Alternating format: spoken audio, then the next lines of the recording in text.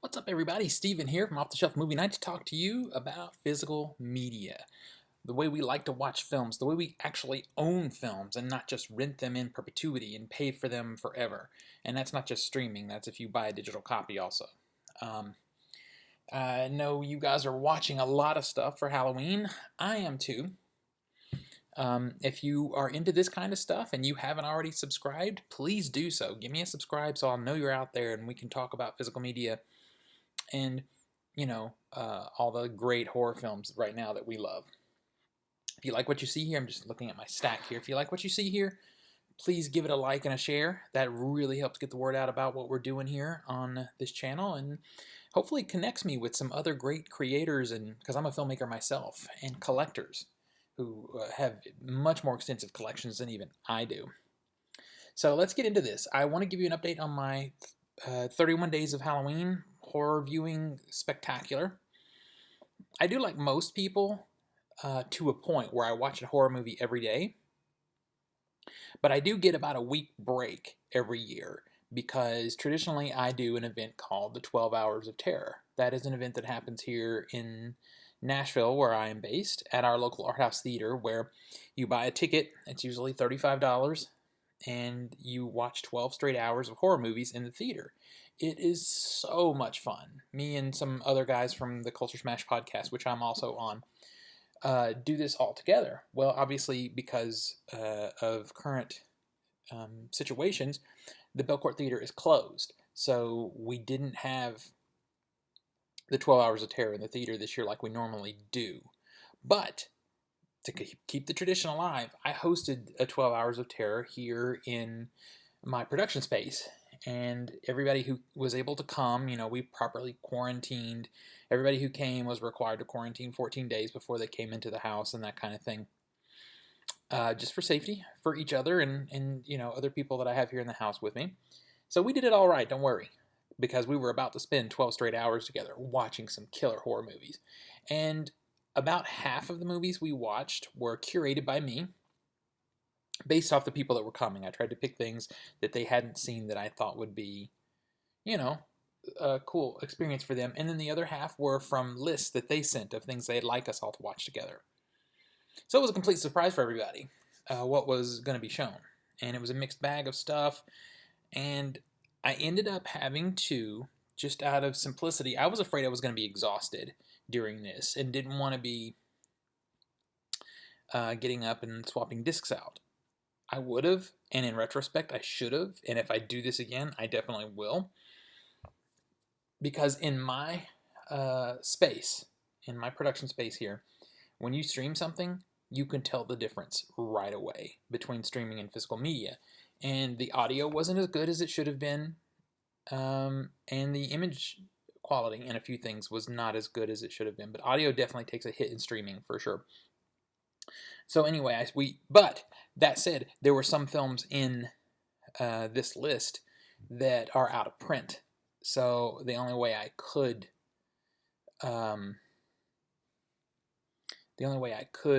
show them was to stream them. So that's what we did.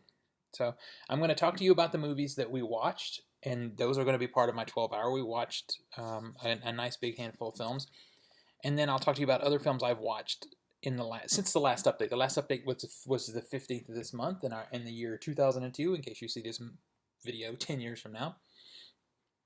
So it's been 10 days. So I have watched a total of 10 films. And I'm just going to talk to you about the ones that I don't have that we streamed, and then I've got the physical copies of the things that we did stream and that I've also watched throughout this time. So I learned from the Belcourt, that's our theater here, that when you're going to do a 12 Hours of Terror, you open with rock and roll. You open with something that just blows the doors off, has a great soundtrack, gets everybody excited for the night. So that is what we did. I opened with a film, and I will own this film. I'm watching it now on the internet, on eBay, trying to get a good price in it. I just don't yet, so I had to stream it, and that is In the Mouth of Madness. This is a John Carpenter film from 1995. It stars, I'm looking at IMDb as I talk to you, just to make sure I get it right with some of these names. Obviously, it stars Sam Neill, but it also stars Julie Carmen. Those are the two main ones. You get some, where is it? Most of the other characters are smaller, lesser known ones. Anyway, this film is sort of, it answers a question. And that question is, what would happen if John Carpenter were to take on the world of Lovecraft? That is what this film is. It's very ambitious. It's not perfect, but it is a highly underappreciated gem from the 90s, and a standout in Carpenter's career through the 90s and 2000s. It's probably the best thing he's done in those 20 years. Basically, it's not only a riff on Lovecraft in a lot of ways, it also has a lot of social commentary. John Carpenter and Stephen King are very good friends. They've worked together on things before, but he was also in this film making a statement about the cult of followers that follow someone like Stephen King, and how that writer's writing can impact them in the real world. So I highly recommend it. Like I said, it's one of his cooler soundtracks that he did. And it just rocks along. It's not long. It's under 2 hours. It's like an hour 40 or hour 45, something like that. It's a very fast-paced story. It's got some really interesting, weird visions in it. It's got a lot of actual physical effects. So I highly recommend it. It's a good, scary movie, and some great social commentary on how we obsess about the things that we love. So it's very good, and this is the heyday of Sam Neill's career in my opinion. He was just rocking that era of time. So if you haven't seen In the Mouth of Madness, get it, get a look at it. There's a Shout Factory release, and that's the release I want to get. I've just been trying to get it at the right price. So I will very shortly, though, be adding it to my collection. So next up, here's a physical copy that we watched. I'm actually telling it to you in the order that we watched these things. So we started out with something rocking, like to get everybody excited, but the second film also needed to rock, and it needed to keep the energy up and get you ready for 12 straight hours of horror movie viewing. Sorry, my phone, of course. And that movie is One Cut of the Dead. This is the Steelbook edition. I think this is the only way to get it in the United States is this Steelbook.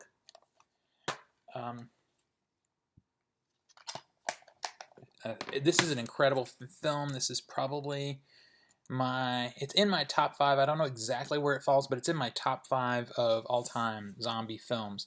The film is from 2017. It was made, I'm going to try and do this without butchering his name. It was directed by Shinichiro Uda. Let me just read you the description here, because it's so easy to spoil this film, and there's such a beautiful story to be told in this little zombie film, and I don't want to spoil it. If you don't know, you're better off kind of going in not knowing anything. I'm just pre-glancing at the description because I don't want it to spoil the actual story. Okay, I think this is okay. It says things go badly for a hack director and film crew shooting a low-budget zombie movie in an abandoned World War II Japanese facility when they are attacked by real zombies.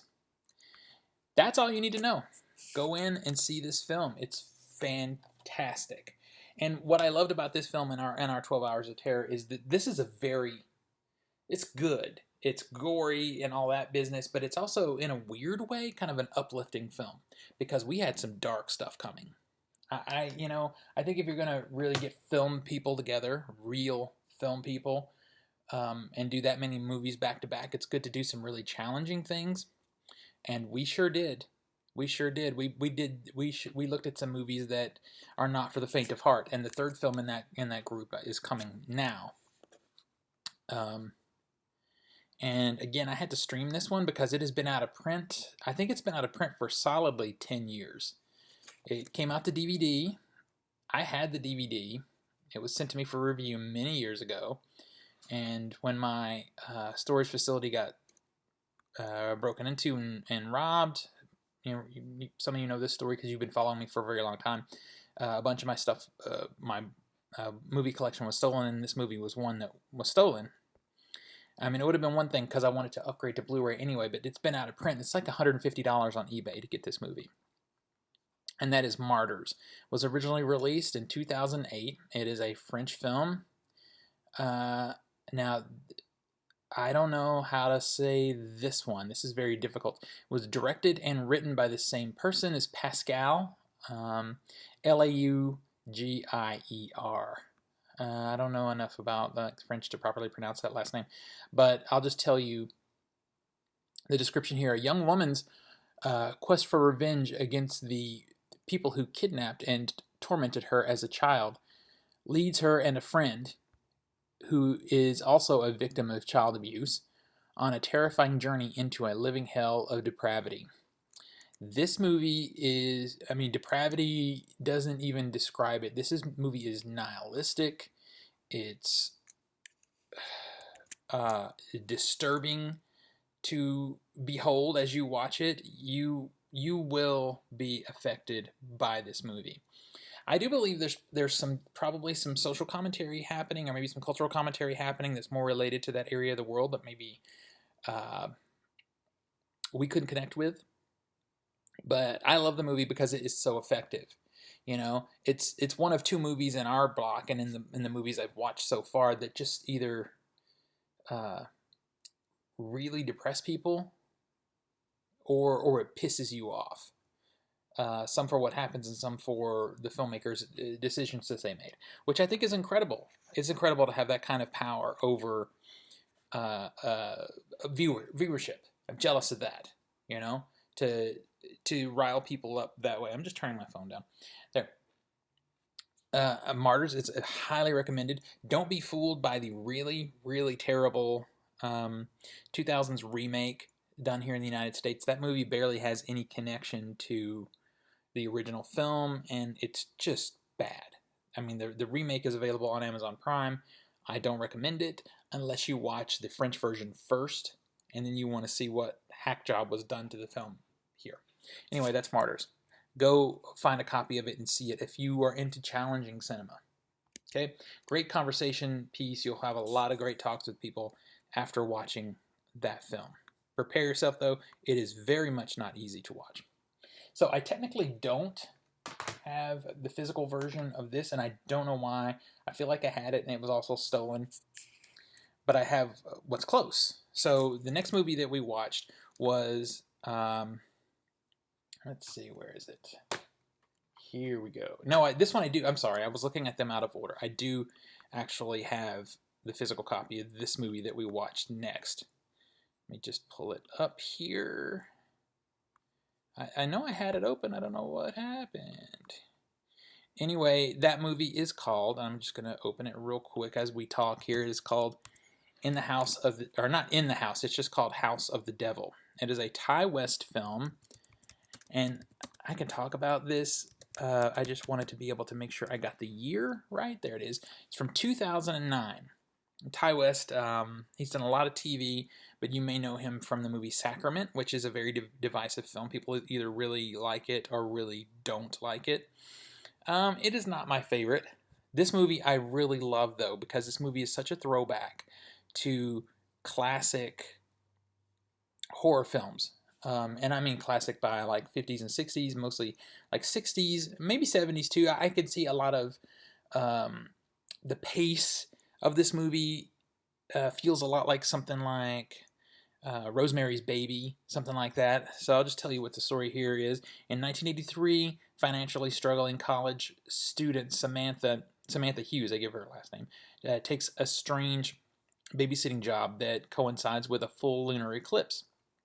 She slowly realizes that her clients harbor a terrifying secret, putting her life in mortal danger. This film is not long. Again, it's around the hour, 40-minute mark, but it is still a very slow burn. So be ready for a slow burn. Basically, she goes into this house to take this babysitting job, and she spends a lot of time snooping in the house. Just going around, listening to music. It's very much sort of this, character-driven thing. Nowadays, we would call it art house kind of approach, but really it's riffing on the pace of, classic horror films. I highly recommend it. There's the box, House of the Devil. And this film, one of the things that's so incredible about it is it looks of the era in which it is set so perfectly. And not only is it the characters and sets and cars and things, not only are they accurate to the era, but the style of filmmaking here. Ty West even edited this film. He had a very definitive vision for something 70s or 80s in look and feel with it. Let me just, in case you want to see the read up there. And it works so well. He did such a great job with it. You may not like it. Probably about half of our group that watched it did not care for the pace. All they did was complain that the first 45 minutes nothing happened. And to me, everything happened in the first 45 minutes because it leaves a lot of time to connect with the character and build up with her and her journey and her environment mostly. It's more about her learning the environment, giving us a sense of place, really feeling where we are in the world before stuff starts to kick in and happen. But it's not for everybody. And, that's fine.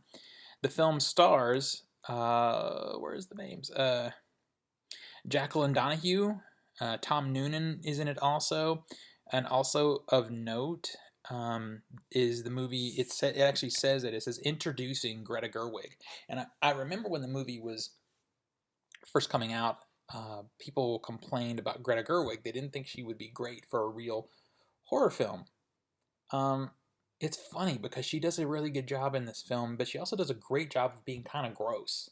I'm just not gross and horrific or anything, just a gross human being. I mean, the way this girl eats and stuff is nasty. I just did not connect with her, and I think that was done on purpose. To add some layers of character, and that's great. Highly recommended. But again, be prepared. If you don't like a slow burn, you may struggle with this one just a little bit. Okay, so on to the movie I was actually talking about out of order. I think it's just fun to share these with you in the order we watch them. And that is Funny Games. Now, we had already done 2 foreign films with subtitles, and there was concern among our group about, doing another subtitled film super late in the evening because we started our 12 Hours of Terror at 10 at night until 10 in the morning. Luckily, in the case of Funny Games, in 2007, the original film was a German film. We were lucky in this film that Michael Haneke, the director of that original film, came to the United States and remade his film because there was push to get that movie remade here, and he was determined that if his film was going to get remade in this country, it wasn't going to get botched up by an American filmmaker and made by committee, and just, the heart of the commentary in the film be destroyed. So he came over here and literally remade his original film shot for shot, and he called it Funny Games US. So I did have that one. I don't have it. I'm going to have to replace it now. But here is the original box, the original Funny Games. This is the German release from Criterion.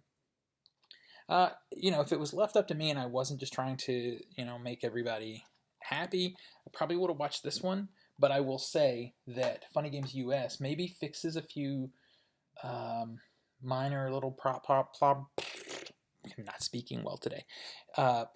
Plot problems with the original film. A lot of critics would disagree. They say that this film is over the top, nihilistic, and it's just mean for being mean and all that stuff. And they're not wrong. But there's a purpose to the film. Basically, let me just again take a look and see what the plot is on IMDb. Oh, I love it. It's one line is the entire plot of the film. 2 psychopathic young men take a family hostage in their cabin. That's it. That is essentially the story. Now, the underpinnings of it are the family is a very obviously very well-to-do family that, come off like stereotypical very well-to-do families, a little disconnected from the entitlement that they live under. Um, it's not that they're necessarily mean people, that I don't think that they are, but they are shown to be entitled by their wealth, and not, as connected with the world as they should be. And the two young men that do the deed are also entitled. We don't know exactly how, but they are. And so what happens is, if you're not that level of entitled person, if you're just an average person watching the film, you really maybe don't like anybody in this film. You don't like the home invaders, and you don't really like the family either. So that makes it kind of challenging to watch, but your heart goes to the family because they're being abused in the most incredible ways. Sometimes very physical, and sometimes psychologically. They're just being destroyed by these two young men. So your heart goes to them. So you do end up picking a side, but then the film actually does something. The film is telling you that it hates this level of entitlement in these people. But by the end of the film, it's telling you it kind of hates everybody. And you may hate this film because of what it did to you, especially in the last act. Because the film looks right at you watching it and calls you out for watching it. And that may piss you off, and you may hate this film. And I love that. I love that challenging sort of filmmaking that happens in there. So give it a watch. Highly recommended. I would say watch the German version first, if you can. It is released by Criterion. I don't know, did I show you the read-up and stuff on the back? This is a very nice release by Criterion. And then watch the US version, although you could watch either because they're almost identical. Like framing, everything is almost the same in each of these two films. And the American version stars Naomi Watts, and she's phenomenal in the film. She kind of steals the show. Sometimes not even with her dialogue, it's just with the incredible power she has in her like just face, and the way she, through expression reacts. Tim Roth is also in it, and Michael Pitt does an incredible job here as well. So see that movie. All right, let's see what else we got here. What else did we see that night? Okay, so this one I had to stream. I believe this one is ownable. I'm just have been having trouble finding it. This was requested by it was requested by one of the people in our group, so I felt like I had to show it. Did find it to stream, so we did do that. It is a 2006 film called Black Sheep. The film was directed by Jonathan King, also written by him. Stars Oliver Driver, Nathan Meister, and Tammy Davis. None of these names I know. This is a foreign-made film, but it is an English language film. Basically, this I'll just read it to you. An experiment in genetic engineering turns harmless sheep into bloodthirsty killers that terrorize a sprawling New Zealand farm. It is a creature feature, obviously. It is horrific, but it is also hilarious. After the level of darkness that we got from Funny Games, this is a great palate cleanser. It's really funny, really gross, has some good scares in it. It is perfect. It is just so good. It is a must-see. See this film. I have to do research because I need to own this film physically. I hadn't seen it since it originally came out. I saw it at an art house screening because it is not a big release by any means, but it was brought back to the forefront of my mind by this request to see it, and it was just such a pleasure to watch. Highly recommended. Just see it. There's a lot of great physical gags in it, with the makeup and stuff, and you're just gonna love it. It's really, really entertaining. I was happy to add this to my viewing. Okay, so after that was our last film of the 12 Hours of Terror, and my last in this block here, and that was Possessor Uncut. It's a 2020 film. It is in theaters if you're lucky enough to have a theater that's open and showing it. We do have a few theaters left here in the city, but no one's showing it. No one got it. It's a smaller release. I was lucky enough to be able to acquire a screening link to view it, and I was able to share it here. It is directed by Brandon Cronenberg, son of David Cronenberg. So I was very curious, is this a Stephen King, Joe Hill thing? Is he carrying on the family legacy here? Is he his father's son, or is he something completely different? So I'm very happy to report that he is very much of the Cronenberg family. It's violent and twisted. It's genre bending, which David Cronenberg always did that. This is a sci-fi horror film for sure. Let me just read you the description. Possessor follows an agent who works for a secretive organization that uses brain implant technology to inhabit other people's bodies, ultimately driving them to commit assassinations for high-paying clients. That's the core of it. That's all you need to know, because there's more to this story. It's beautiful. It's like nothing that you've seen in a long time. There's something very sort of 70s about the style of, the way things look. Not 70s like 70s, chairs and stuff. Like 70s version of science fiction in a lot of ways, in the look of it. But it's thought-provoking. It's just, has some very disturbing imagery. It is also kind of a slow burn. It's a quiet movie. But that's okay. It works very well being quiet, and it's not like it drags. It's just quiet. Now, the uncut part matters because, man, there's some stuff in here.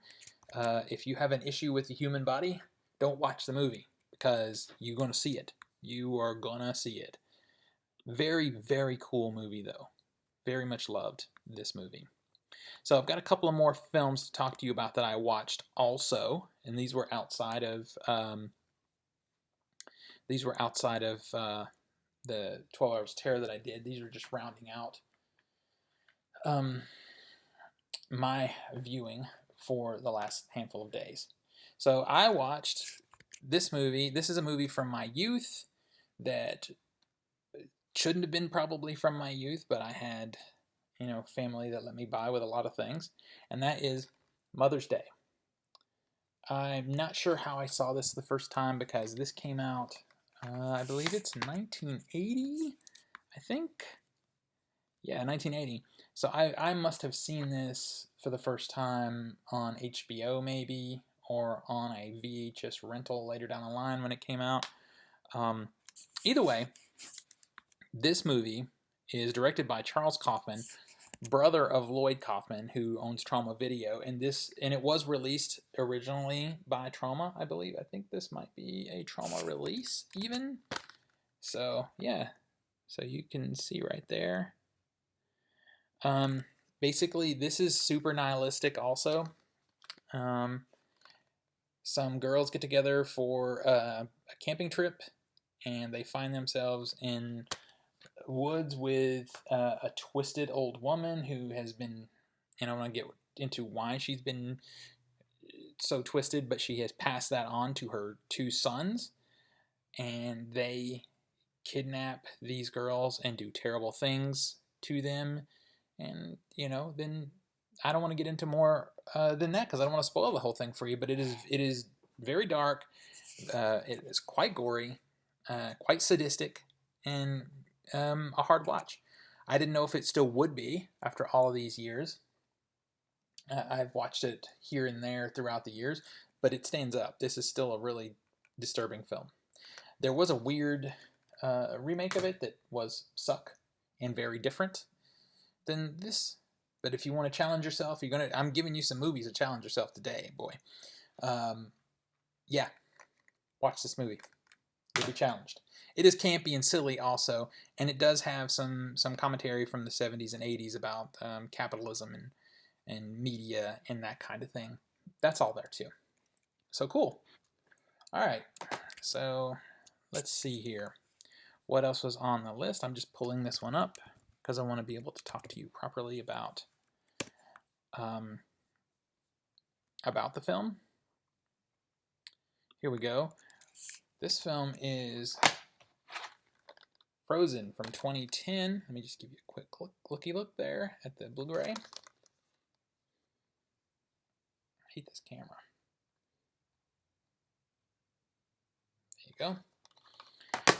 So, I love films that are either set in one location or have just a few characters, and the creator takes the time to get us connected and involved with those characters and basically put them through hell. This has all of that. This is directed by Adam Green, also written by him. It stars Shawn Ashmore, Emma Bell, Kevin Zegers. So basically, a group of friends go on a ski trip, and things happen that they find themselves stuck on a snow lift. And they're stuck there overnight when temperatures go way into the danger zone, and the particular area is being overrun by wolves. So the question is, what do they do? How do they survive? If they just sit on the ski lift, they're going to die. They're going to freeze to death. They jump down, they may kill themselves in the fall, and if they survive the fall, there's wolves. So it's a simple story. Simple look, because basically they're on this ski lift nearly the whole movie. So it's a character study set within a horror film. So it's very simple. There are some little iffy things here in the plot here and there, but overall, this is an effective film. Very cool experience to watch this film. Highly recommended. All right, here's our last film, and I kind of know this film backwards and forwards because I've seen it so many times. But I'm just gonna bring it up just so I can maybe talk to you about it in some way that I'm not thinking about. And I hate this version. It is From Dusk Till Dawn. This is a 1996 film directed by Robert Rodriguez, written by Robert Rodriguez and Quentin Tarantino. Also stars Quentin Tarantino and George Clooney. This set right here I really hate because I don't like multiple films on single disc, and this is one disc for 3 films and a documentary. But I have it because I love the documentary Full Tilt Boogie, and it is hard to find. So I could get it on this set. I will be replacing this set as soon as I find a different version. So what you have here is a hybrid action horror film. And I remember the first time I saw this with some friends who did not like the film at all because they love Quentin Tarantino. And the first 40 minutes or so of this film feels like a Quentin Tarantino action film. And then a door opens and closes, and suddenly we're in a Robert Rodriguez horror film. It makes just this turn like that is so much fun. They didn't like it. I loved it. I love the hybrid action part of it. So what we have here is 2 brothers, Quentin Tarantino and George Clooney. This also is kind of the film that I really kind of began to respect Clooney as an actor for a few small things. But anyway, one breaks the other out of prison, and they're just trying to escape to Mexico. And they find themselves at the wrong place at the wrong time and being attacked by vampires. It's got that sort of snappy Tarantino dialogue and the snappy Robert Rodriguez style editing and music. It's the first time I ever noticed Danny Trejo. I'm sure he was acting before this, but this is the movie I noticed him in. So it also stars Harvey Keitel and Juliette Lewis. Ernest Liu is in this, and Selma Hayek. Cheech Marin also in it. Tom Savini plays a very fun role in it. Fred Williamson, again, also. Michael Parks, this is the first time I noticed Michael Parks. I'm sure I've seen him before, but he has one scene in the film where he just owns it for several minutes. It's a long take of him and another character talking, and I was like, this guy is incredible. So yeah, watch this movie. It's edgy. For a mainstream movie, it is edgy. There's a lot of gore, a lot of violence, a ton of nudity. Uh, good old-fashioned horror film, but not for 40 minutes. That first 40 minutes is an uber violent Tarantino action film. So you get the best of both worlds with this guy. Salma Hayek is incredible in this film. Not only incredible at her acting, her acting is great, but she's also stunningly beautiful, and you see that in this film for sure. So yeah, that's it, guys. That's what I've been watching so far. If you haven't seen From Dusk Till Dawn, you better watch it. You need to. So that's where we are with my 31 days of Halloween, and there's the physicals right there. Tell me what you've been watching. We still got some days to go. We've still got a week to go. I've still got more to watch. I got to watch something tonight. And I did separate, and you may have seen on my Instagram, OTS Movie Night, I posted a picture, I think, of everything I had separated, but that kind of went out the window because I'm just picking movies based on my mood that day off the shelf. And sometimes they fall from the ones I originally chose, and sometimes they don't. Some of these were not in the original 31 movies that I was working on. So it just happens that way sometimes. So tell me what you've been watching. Make a suggestion if you know of something really cool that I should be looking for to watch before the end of the month. I haven't even broke into the movie part of the Friday the 13th box set yet. I just looked at the extras. So something from there is going to get watched this week. Maybe tonight. That may be my choice tonight, is something from that box set. Anyway, until next we meet, pull something cool off the shelf. Share it with your friends and family and remind them why physical media is the best way to watch films and TV. I'll see you guys on the next one.